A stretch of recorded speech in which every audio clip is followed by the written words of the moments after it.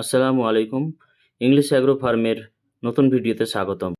এই ভিডিওতে আমরা দেখাবো যে ইংলিশ অ্যাগ্রো ফার্ম কিভাবে একটা মুরগির খামার গড়ে তোলা হয়েছে লেয়ারের জন্য। একই ছাদের তলায় গড়ে ওঠা ইংলিশ অ্যাগ্রো ফার্ম গরু, হাঁসের পাশাপাশি মুরগির খামার গড়ে তোলা হয়েছে।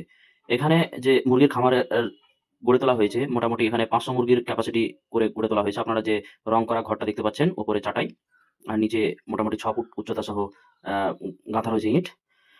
তো সেখানে ভেতরে মুরগি থাকার জায়গাতে ধানের তুষ দিয়ে দেওয়া হয়েছে।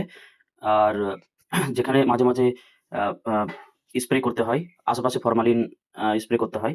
আর আপনারা যেখানে এই ওয়ান স্ক্রিনে যেখানে দেখতে পাচ্ছেন, এটা মোটামুটি প্রায় ৫ থেকে ৬ কাঠা জায়গা পুরোটাই নেট দিয়ে কভার করা আছে, যেখানে এই মুরগিগুলো দিনের বেলায় অনায়াসে বিচরণ করতে পারবে এবং এখান থেকে আ আ আশেপাশে যে গোবর ফেলা আছে, সেই গোবর থেকে খাবার পায়।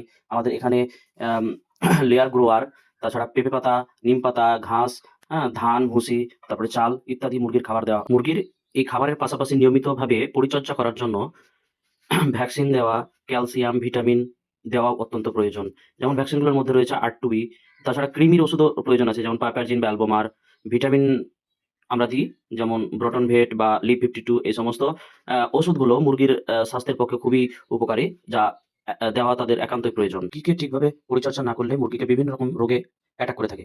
যেমন চোখ দিয়ে জল পড়া, খোঁড়া হয়ে যাওয়া, তারপরে চোখ নষ্ট হয়ে যাওয়া, আরো বিভিন্ন ধরনের অসুখ এই রোগগুলো মুরগিগুলোকে অ্যাটাক করে থাকে, যা অনায়াসে ক্ষতির সম্মুখীন হতে পারেন। এজন্য যথেষ্ট পরিচর্যার প্রয়োজন আছে। ইংলিশ অ্যাগ্রো ফার্ম একটি সুন্দর প্রাকৃতিক পরিবেশের মধ্যে গড়ে তোলা হয়েছে।